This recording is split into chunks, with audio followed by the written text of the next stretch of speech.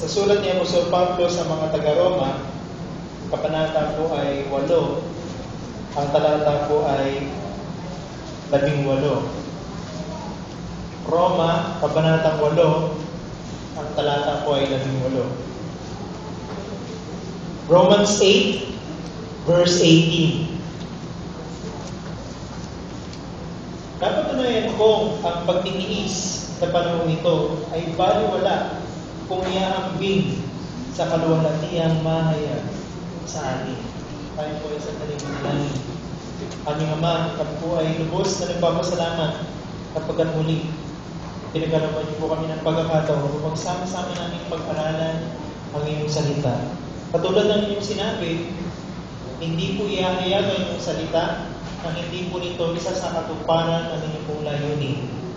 Kaya ikaw po, O Diyos, ay malayang magsasakatuparan ng iyong layunin sa pangalan ng iyong salita sa habang ito sa aming kalagitnaan. Ikaw po ay magpapalakas ng mga pananampalataya at ikaw ay magliligtas ng mga kaluluwa. Luluwalhatiin po ninyo ang inyong sarili sa pamamagitan ng pag-ahayag ng iyong katotohanan. Salamat po. Ito pong aming panalangin sa pangalan ni Jesus. Amen. Sino nga po ba sa atin dito ang hindi nakakaalam kung anong ibig sabihin ng pagtitiis o pagpupusa? Ito pong paksa na ito ay hindi po natin alam. Simple lamang sa kaisipan. Kundi alam po natin ang ibig sabihin ng pagdurusa dahil ito po'y nararanasan natin lahat. Lahat tayo ay nakararanas ng pagdurusa. Ito po ay katotohanan hindi lingid sa ating lahat. Lahat po sa atin dito ay mayroong pagtitiis o pagdurusa. Hindi ko po alam kung anong pinagdaraanan nyo na yun. Pero maaaring magkakaibang antas ng ating mga pagdurusa sa kasalukuyan. May mga pagdurusang maaaring pinagdaraanan ng mga bata, may mga pagdurusang pinagdaraanan ng mga adults. Gayunpaman, pare-parehas po itong mga pagdurusa. Pare-parehas po yung nararanasan natin. Kung gusto niyo po alam ng komentaryong napapanahon patungkol sa katotohanan ng pagdurusa, manood lamang po kayo ng balita. Minsan po natutokso ako ng manood ng balita. Sapagkat pag manonood ako ng balita, wala akong makitang mabuting balita. Ang madalas, pinapakita po nila ay yung pong mga masasamang balita na nangyayari sa ating kapaligiran. Meron pong temang laganap sa mga balita sa kasalukuyan. Paghihirap, rebelyon, korupsyon, pang-aabuso, kalamidad, pagkakasakit, kamatayan. Hindi po ba napapansin? Halos ito ang laman ng mga balita. Pag pinapanood natin, balita sa umaga, balita sa tanghali, balita sa gabi, parehas lang po ang kanilang mga sinasabi. Pero ang tanong, ano po ba itong mga to? Para po sa akin, ang lahat ng yan ay katotohanan. Katotohanan ng ano? Katotohanan nagpapatunay na ang mundong ito ay patuloy na nasisira. The world, as we know it, is continuously deteriorating. Makikita po natin na labis na naapektuhan ng kasalanan ang mundong ito. Labis na naapektuhan ng kasalanan. Kaya kung gusto po natin maunawaan kung gaano kapangit ang naging epekto ng kasalanan sa sanlilikha, pagmasdan niyo lang ang nangyayari sa kapaligiran. Maaaring pagmasdan ng pag-aralan, pag-reflect sa mga pinagdaraanan natin. Kanina naman po, pinapadalangin natin yung mga may sakit. Kalalabas lamang sa ospital, ngayon, pinasok na naman ulit. Yung mga karanasan na ito ay pangkaraniwan na po sa iba sa atin.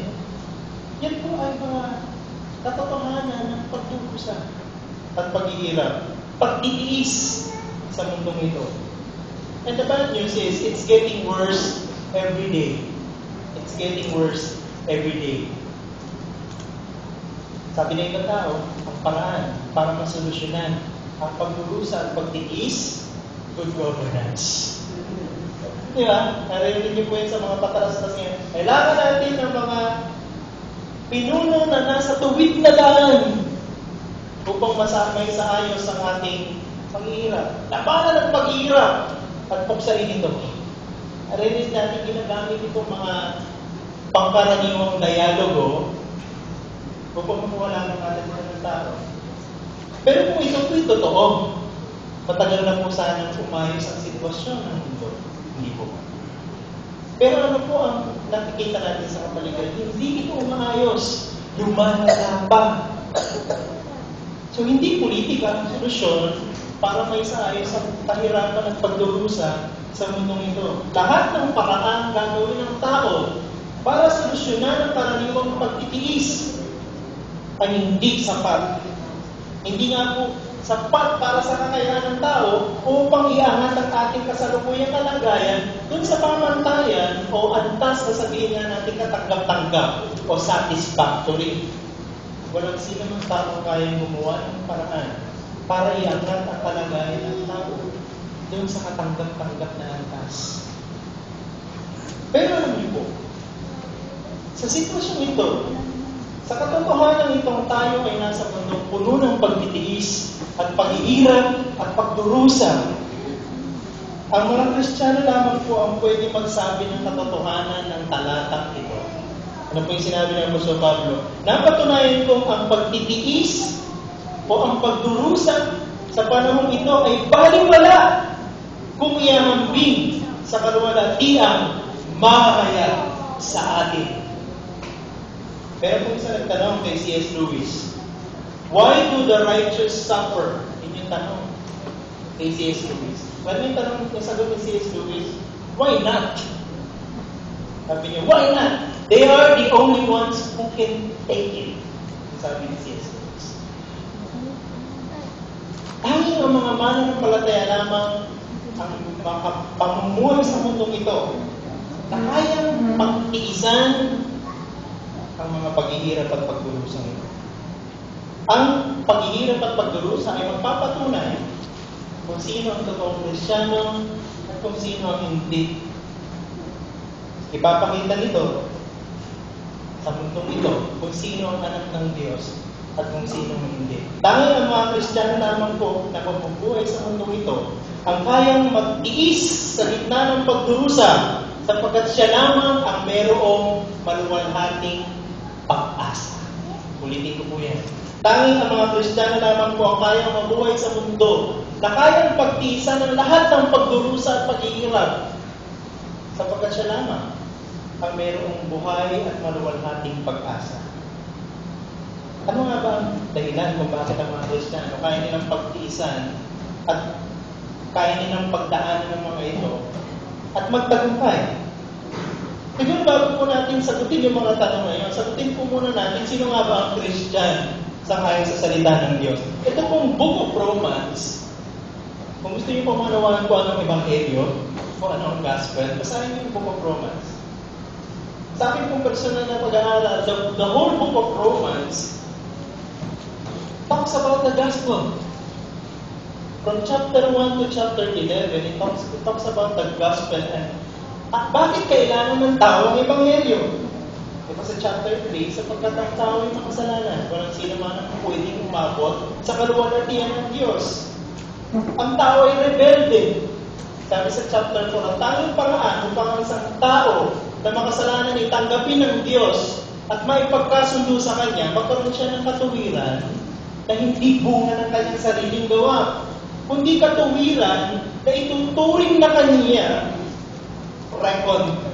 Diba? Yun yung ginamit na salita ni Apostle Paul. Counted as righteous. So yung katuwiran, dahil sa katuwiran ng Panginoong Jesucristo ay ibibigay sa Kanya. Yung bunga ng Kanyang pagnayan sa Panginoong Jesucristo. Chapter 5 verse 1. At ang sino man nakipag-isa kay Kristo dahil sa pananampalataya, meron ng mapayapang kaugnayan sa Diyos. Chapter 6, chapter 7, nakikita natin ang sino mang merong kaugnayan sa Panginoong Jesucristo kaya nang mabuhay ng sumusunod sa kautusan. Pagdating natin sa chapter 8 verse 1, ngayon nga'y wala nang hatol sa mga nakay Kristo Jesus. Yun ang Kristiyano sang-ayon sa salita ng Diyos. Tanging ang mga tao lamang na mayroong pananampalataya kay Kristo, nakipag-isa kay Kristo, ang ituturing na matuwid, ang pinawalang sala. Yung kung termino na yon ay legal. Ibig sabihin, dahil sa ginawa ng Panginoong Jesucristo, tayong mga mananampalataya sa Kanya, i-judge ng Panginoon at sasabihin, ako ite. Wala na tayong sala. Hindi na tayo hahatulan. Hindi na tayo paparusahan. Yun yung sinasabi niya Apostol Pablo. Kasi siguro magandang tanongin natin sa ating mga sarili, ako nga ba ay Kristiyano sang-ayon sa salita ng Diyos? Dahil kung hindi, ang pagdurusa sa mundong ito ay magiging daan lamang upang lalo-lalo kayong sumuko. Hindi nyo na kaya. Hindi nyo nakakayanin. Sapagkat ang tunay na Kristiyano, ayon sa pamantayan na yun ng salita ng Diyos, sila lamang ang bibigyan ng Diyos ng kakayahan upang makapagpatuloy sa buhay sa mundong ito, kahit may pagdurusa at paghihirap. At makapagtagumpayan niya ang pagdurusa at paghihirap na ito. Tatlong bagay po yung gusto mo i-share sa inyo ngayong hapon. Mula po sa talatang ito, tatlong prinsipyo. Ano ang paraan at pagtingin ng isang Kristiyano sa pagdurusa at paghihirap?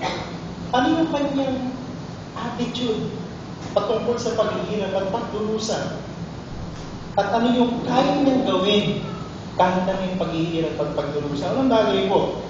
Ito kung makikita natin, ang tunay na Kristiyano, hindi niya tinatanggi ang katotohanan na sa mundong ito may pagdurusa. Ulitin ko po yun. Ang tunay na Kristiyano, hindi niya itatanggi ang katotohanan na may pagdurusa sa mundong ito. Meron po isang Singaporean health and prosperity vlogger. Hindi ko alam kung meron siyang church na inatin or isang preacher sa Singapore. Pero gusto ko po siyang i-quote. Ang pangalan po niya ay Yip Chi Seng.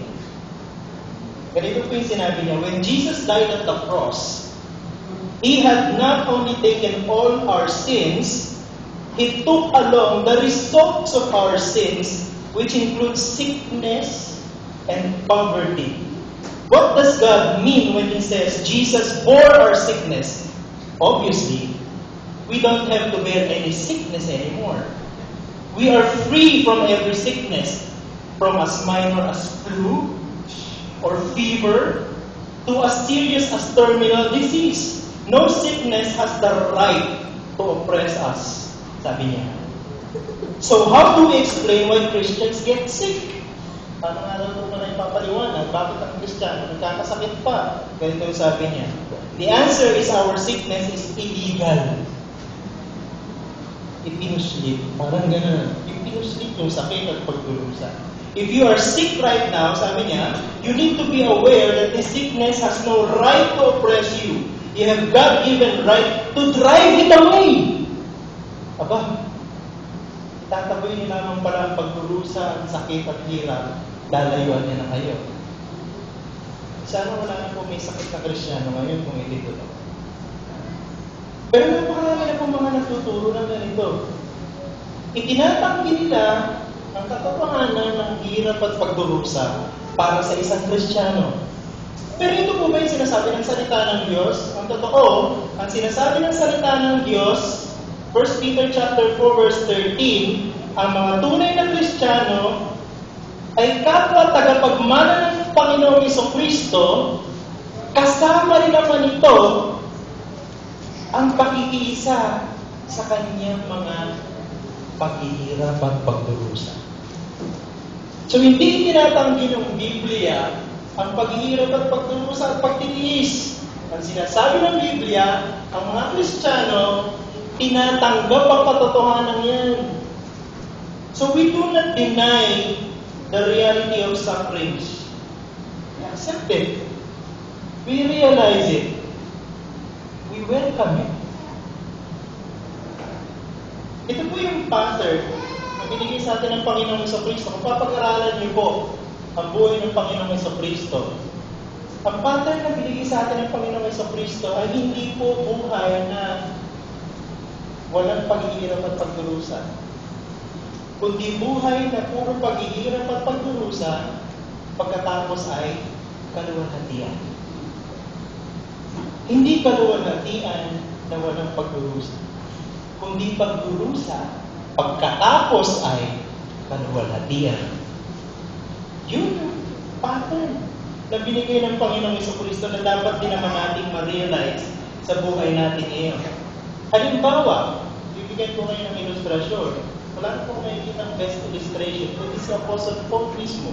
2 Corinthians chapter 11, verses 23 to 28. Medyo mahaba-haba. Pero kung pamilyar po kayo dyan, sinalaysay ni Apostle Pablo yung lahat ng kanyang pinagdaanang pagdurusa at paghihirap.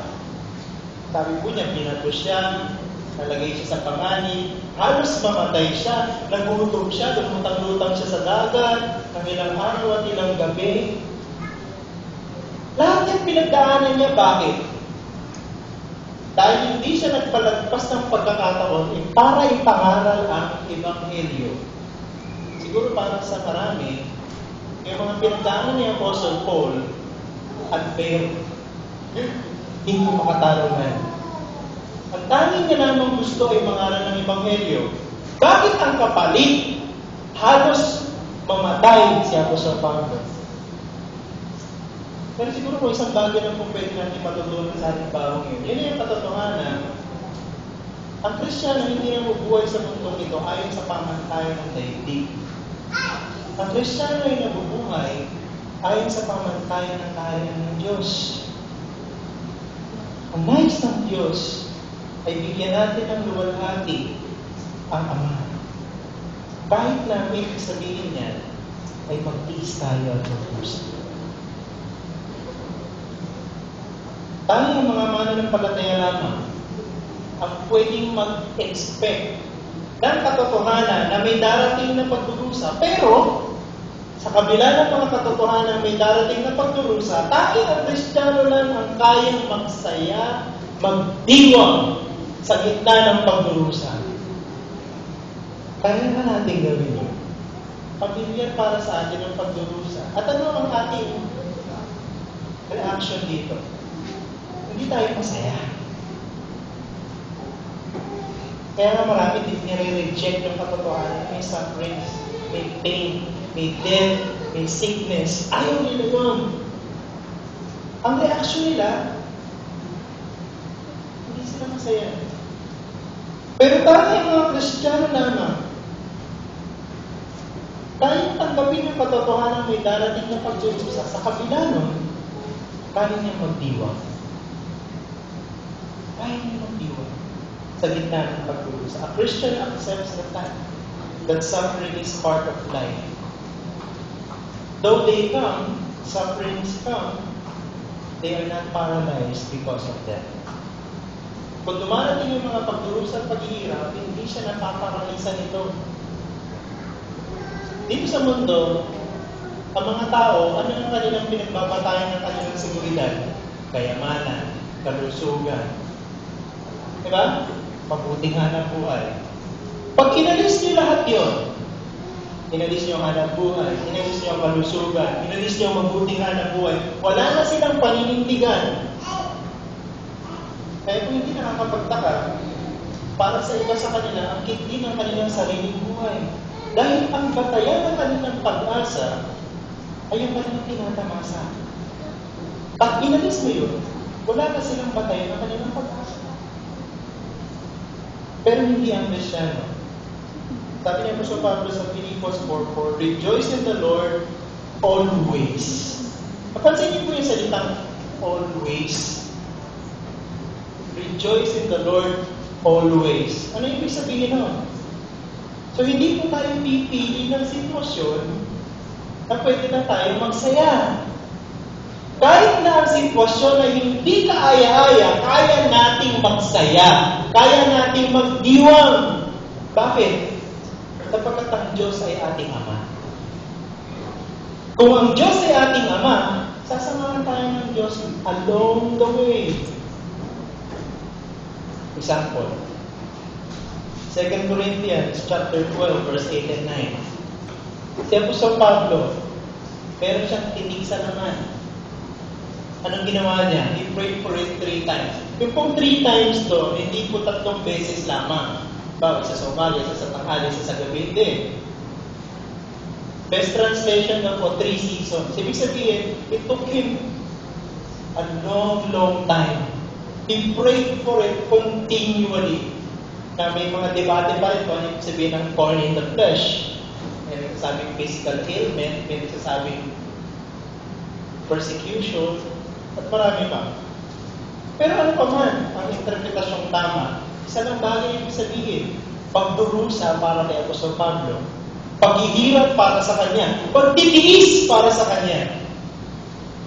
Ano sabi ng Panginoon sa verse 9? Inalis ba ng Panginoon yung source ng kanyang suffering and persecution? Pagtitiis? Hindi.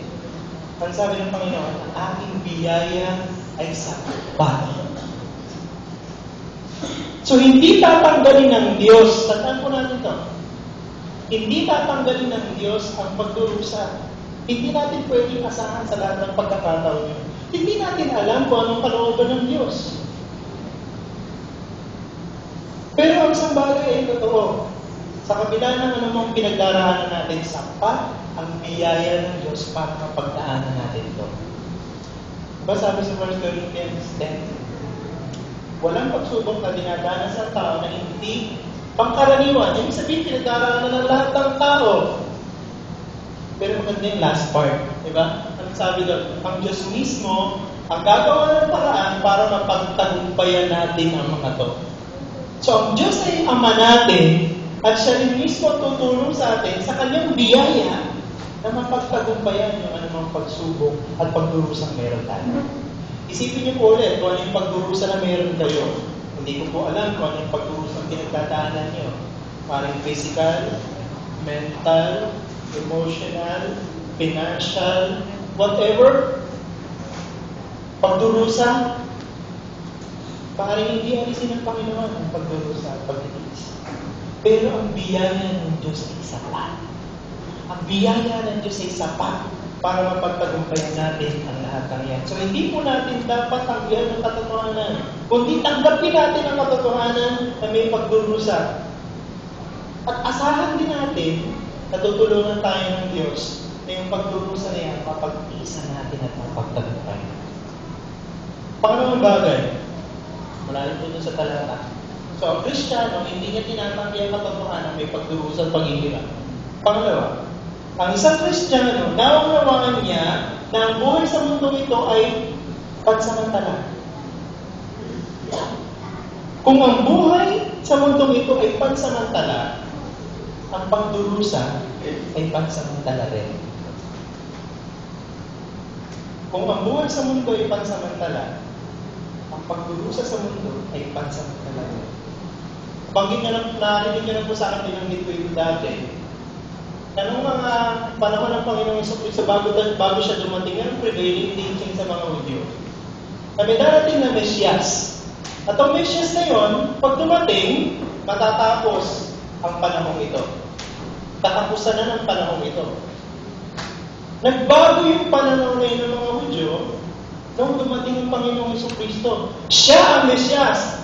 Pero nung dumating ang Mesyas, hindi pa natapos ang kasalukuyang panahon. Pero nagsimula na ang paghahari ng Diyos.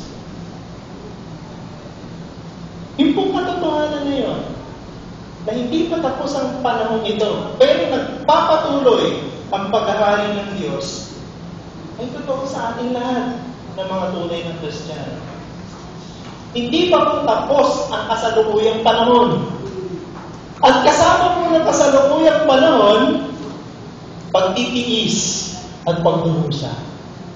Pero sa kabila ng katotohanan na hindi pa tapos ang paghihirap at pagdurusa, ang mga anak ng Diyos na may kaugnayan sa Kanya, na nabubuhay pa rin sa mundong ito, pero inaasahang tulong mula sa Ama. Bigyan mo yun ng halimbawa. Filipos chapter 3 verse 20. Alam natin yung talatang yan, di ba? Ano sabi sa Filipos chapter 3 verse 20? Subalit, sa kabilang dako, tayo ay mga namamayan o tayo ay mga mamamayan ng langit Doon nagmumula ang tagapagligtas na hinihintay natin na may panananglik ang Panginoong Jesucristo. Marami sa atin, kabisado yung talatang yan, di ba? We are citizens of heaven. Tayo ay mamamayan ng langit. Pero madalas humihinto na po tayo dun sa verse na yun. Nakakalimutan natin yung verse 21. Ano sabi sa verse 21? Sa pamamagitan ng kapangyarihang ginamit niya sa pagpapasuko sa lahat ng bagay, ang ating katawang lupa na may kahinaan ay babaguhin upang maging maluwalhating tulad ng kanyang katawan. Ano ibig sabihin ng Apostol Pablo nung sinabi niya? Totoo, tayo po ay mamamayan ng langit kung tayo po ay may kaugnayan sa Panginoong Jesucristo. John chapter 1 verse 12, ang sino mang nakipag-isa kay Kristo, binigyan ng karapatang maging anak ng Diyos. Pero, hindi po ibig sabihin nun, kapag ang isang tao naging mananampalataya, pupunin na siya. Hindi ba? Mananatili po siya sa mundo. At para sa akin, pinagpala ang sino na born again, na lagutan ng hininga agad. Dahil makakapiling niya na ang Ama. Pero hindi po yung totoo sa lahat eh. Marami po sa atin dito, Kristiyano na sa loob ng 20 taon, 25 taon, 30 taon, 40 taon. Nung naging mananampalataya, nagpapatuloy yung buhay. Pero sinabi sa verse 21, darating ang panahon, sabi ng Panginoong Jesucristo, na ang katawang ito, papalitan ng maluwalhating katawan na katulad lang sa Kanya. Anong ibig sabihin nun? Bagamat nagsimula na ang paghahari ng Diyos sa mundong ito, sa mga mayroong kaugnayan sa Kanya, hindi pa yun ang katapusan. Darating ang kaganapan, kailan? Yung pong kakumpletuhan, pagbalik ulit ng Panginoon Jesucristo. Sa pagbalik ng Panginoon Jesucristo, doon na magaganap ang kaligtasan. So hindi lang po spiritual liberty, ang kaligtasan ng kaluluwang mararanasan ng isang Kristiyano. Mararanasan niya rin ang kaligtasan ng kanyang physical na katawan. 1 Corinthians 15, di ba? Sinasabi ang katotohanan ng pagbalik ng Panginoong Jesucristo, babaguhin ang lahat.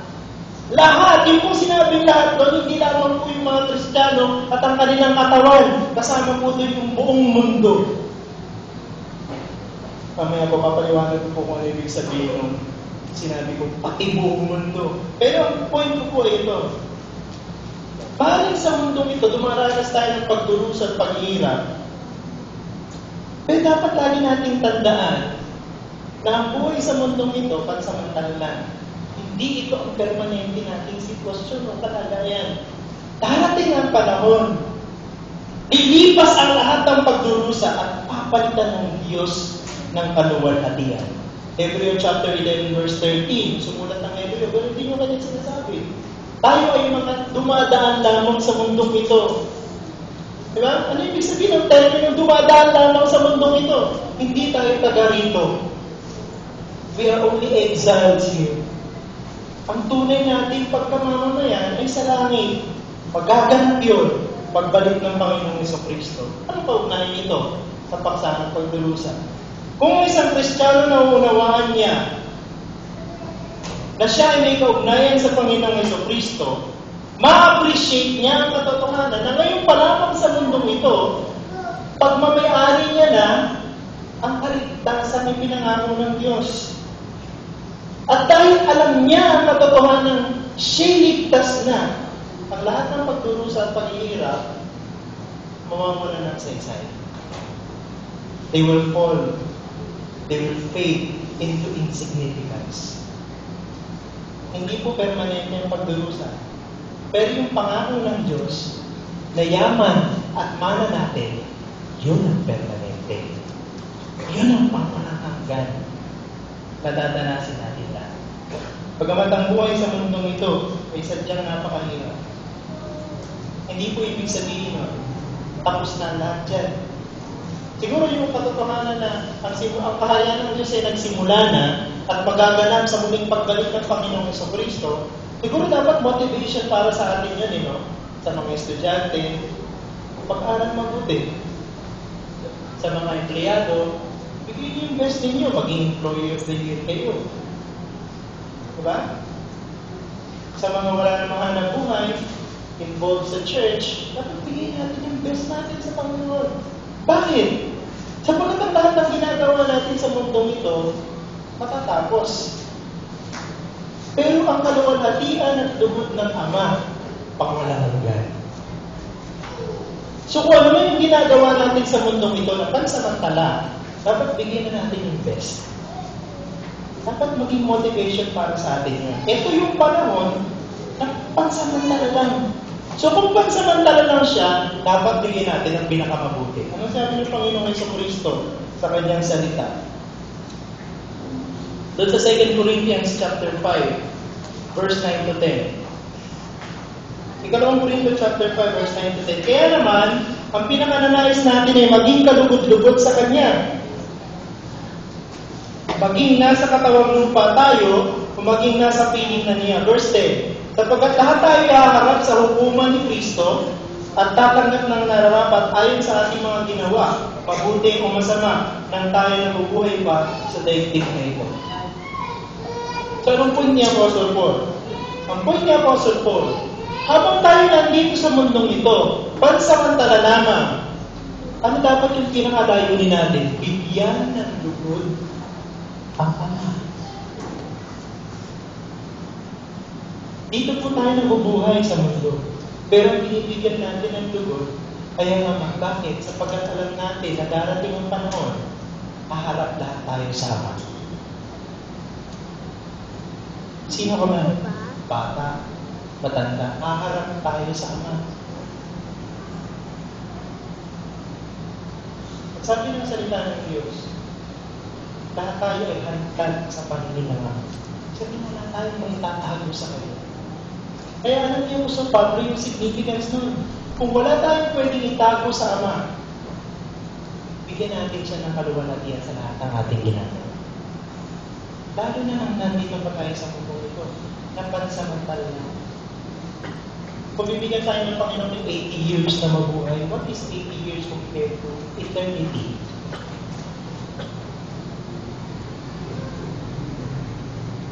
Hindi natin dapat pahintulutan na ang pagdurusa, pagwaglit sa ating isipan, na bigyan natin ng luwalhati ang ating Ama. Pansamantala lamang ang mundong ito, kasama ang pagdurusa.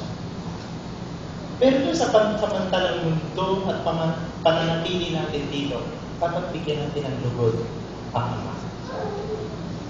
Pangatlong bagay, last thing, po sa verse na ito. Una, hindi natin tinatanggi ang katotohanan na may pagdurusa at pagtitiis sa mundong ito. Pangalawa, ang isang Kristiyano, naiintindihan niya na ang buhay pansamantala lang. Kasama na dito yung pagtitiis at pagdurusa. Pangatlong bagay, ang isang Kristiyano na unawaan niyang katotohanan na ang epekto ng kasalukuyang pagdurusa lalong pinatitingkad ang kanyang pag-asa. So yung pagdurusa na kanyang pinagdaraanan sa mundong ito, lalong pinatitingkad yung kanyang pag-asa. Dahil yung sinabi niya, Apostle Paul, napatunayan kung ang pagtitiis sa panahon ito ay baliwala kung ihahambing sa kaluwalhatiang mahayag sa atin. Ang sinasabi niya, Apostle Paul, ano yung pagdurusang ito kumpara dun sa darating na kaluwalhatian? Walang halaga. At nga kanina, di ba?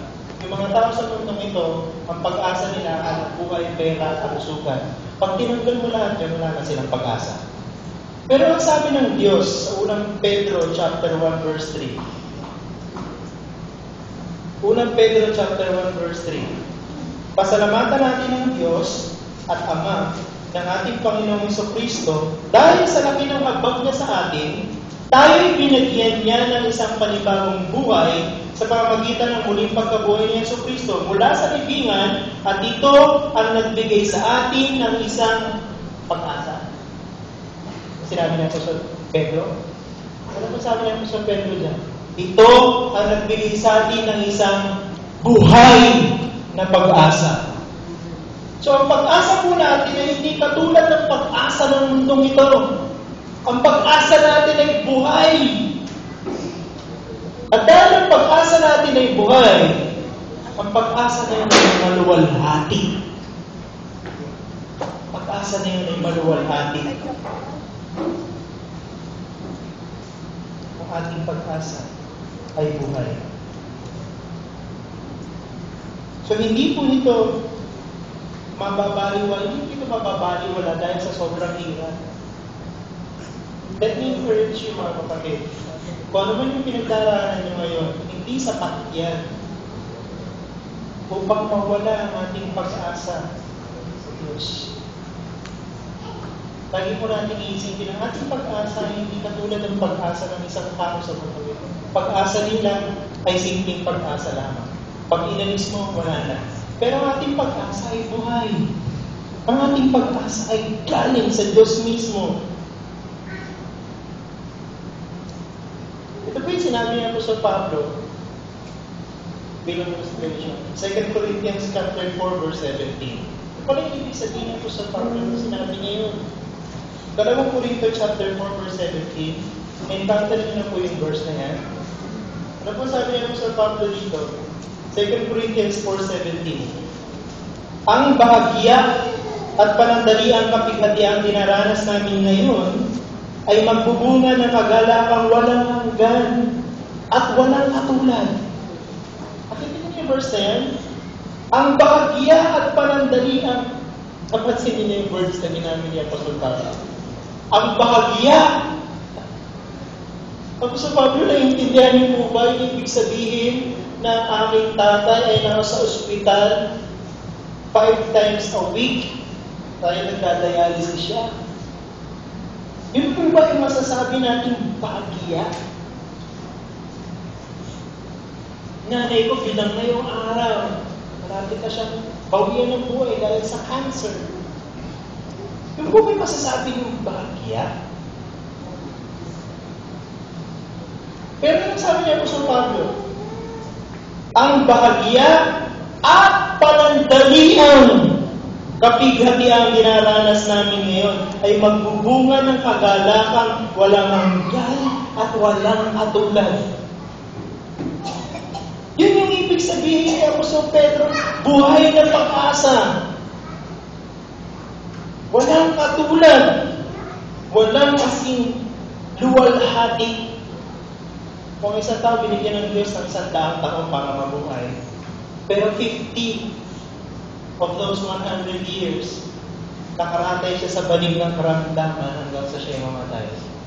Ano po yung 50 years na siya may sakit? Invalido kumpara sa walang hanggan. Makita niyo na po yung sinasabi ng sa atin. Ano yung 50 years ng isang buhay ng isang tao buhay ng 100 years? Kumpara doon sa eternity. So tayo po bilang mga Kristiyano, tinitingnan po natin na hindi po lamang yung panandalian. Ang tinitingnan po natin ay sinasabi niya po sa Pablo dun sa 2 Corinthians 4:17, kagalakang walang hanggan at walang katulad. Meron pong comparison. Panandalian at bahagyang pag-itiis kumpara sa kagalakang walang hanggan at walang katulad. Nakita niyo po yun? So para po sa mga tao sa mundong ito, doon lamang po sila sa mga panandaliang paghihirap na focus. Ang isang Kristiyano, tulad ng binibigyan niya po sa Pablo, tayo po ay nakatingin doon sa kagalakang walang hanggan at walang katulad. Yung point niya po sa Paul eh. So hindi natin tinatanggi yung kahirapan at pagdurusa na meron tayo ngayon. Pero sinasabi natin, yan lahat ng yan, pansamantala lang. At dahil pansamantala lang, lalo natin pinananabikan yung muling pagparito ng Panginoong Jesucristo sapagkat Diyos ang kaganapan. At sa kanyang muling pagparito, papalitan ng Diyos ang lahat ng paghihirap at pagdurusa ng kaluwalhatian at kagalakan. Yun yung sinasabi niya sa verses 19 to 22, no? Romans 8. Kapag dumating ang Panginoong Jesucristo, inaantabayanan maging ng buong mundo. Bakit? Sapagkat papawiin na ang kasalanan at sumpa pagdating ng Panginoong Kristo. Kaya imagine niyo yung mundo na walang kasalanan. Hindi pa po ako nakakarating sa ibang bansa. Mr. George, nakarating na sa Cambodia. Kasi inyo, nakarating na sa London, sa Singapore, sa Hong Kong, sa Canada, New Zealand. Nakarating na kayo sa ibang bansa, sabi ninyo, napakaganda ng mga lugar ngayon. Pero alam niyo yung category natin ng maganda, may bahid pa rin ang kasalanan. At dahil may bahid pa rin ito ng kasalanan, sa mata ng Diyos, hindi pa rin ito maganda. Pero ang sinasabi niya po sa Pablo sa verse 19 to 22, pagbalik ulit ni Jesus, mawawala na ang kasalanan sa mundo. Di ba sabi sa Revelation? Kasalanan ay pupuksain, pati ang kamatayan. Pag nawala na to, yun ang tunay na beauty. Wala nang kasalanan. And we cannot imagine, we cannot comprehend a world of beauty because there is no more sin. Can you comprehend that? Can you understand what that means? Hindi ko po alam kung ano ibig sabihin ng isang mundo na walang kasalanan. Kaya ako nananabik. Nananabik. Dahil pagdating ng Panginoong Kristo, magaganap yung kanyang sinabi at kabahagi ako ng kaluwalhatiang mahayag. Kaya ang tanong, kabahagi ba kayo ng kaluwalhatiang mahayag sa kanyang huling pagparito? Ano yung pinagdaraanan nyo ngayon kumpara doon sa kaluwalhatiang walang katulad sa aking pagbalik ng Panginoon sa Kristo?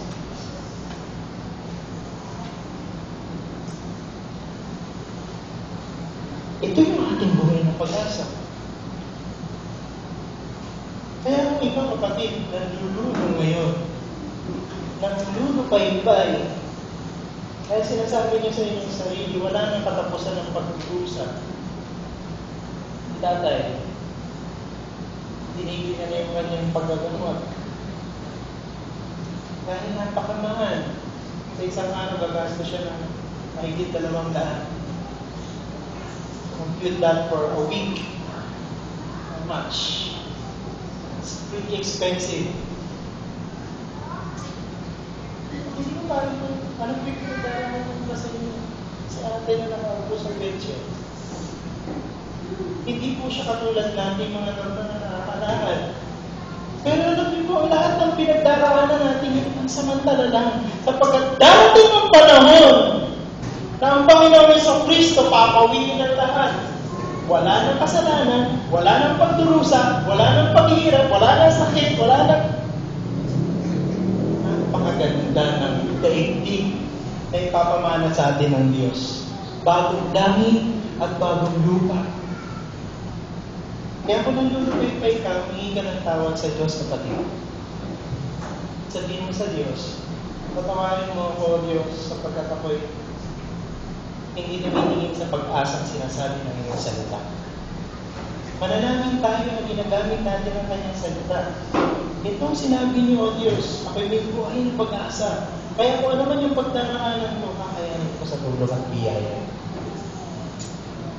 Pero para sa iyo, kaibigan, na hindi pa talaga Kristiyano, hanggang sa ngayon, hindi ganito ang pag-asang meron ka. Dahil kung hindi ka pa nakakatuklas ang katotohanan na kita isang desperadong makasalanan na nangangailangan ng habag ng Diyos, hindi nagsisisi sa iyong kasalanan at hindi lumalapit at sumusuko sa pagkapanginoon ni Jesucristo. Hindi ito ang pag-asang meron ka. At kung hindi ito ang pag-asang meron ka, miserable ang kalagayan. Kung ano yung pinagdaraanan mong hirap at pagdurusa ngayon, magpapatuloy sa pangwalang hanggan na paghihirap at pagdurusa. Sa pangwalang hanggan na kaparusahan sa iyong. So dapat makita natin ang matotohanan na si Kristo lang ang ating pag-asa. Magsisi tayo sa ating kasalanan, humingi tayo ng abag sa Kanya, at sumuko tayo sa Kanyang pagpapangalan. Then, and only then, magkakaroon tayo ng buhay na pag-asa. Hindi pinatangi ng isang Kristiyano ang pagdurusa at paghihirap. Tinatanggap niya ito. Ang paghihirap at pagdurusa ay pansamantala lamang katulad ng buhay sa mundo ito. At ang paghihirap at pagdurusang ito, pinapakinggan pa nga lalo ang kanyang pagkainip sa kanyang buhay na pag-asa. Mga kapatid, pagpalain kayo ng Panginoon. Magandang hapon.